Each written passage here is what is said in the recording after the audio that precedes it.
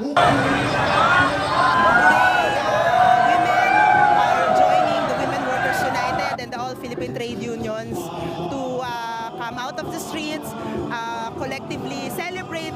the unity and strength of workers on this day, Labor Day, and to be united in calling for an urgent increase in wages.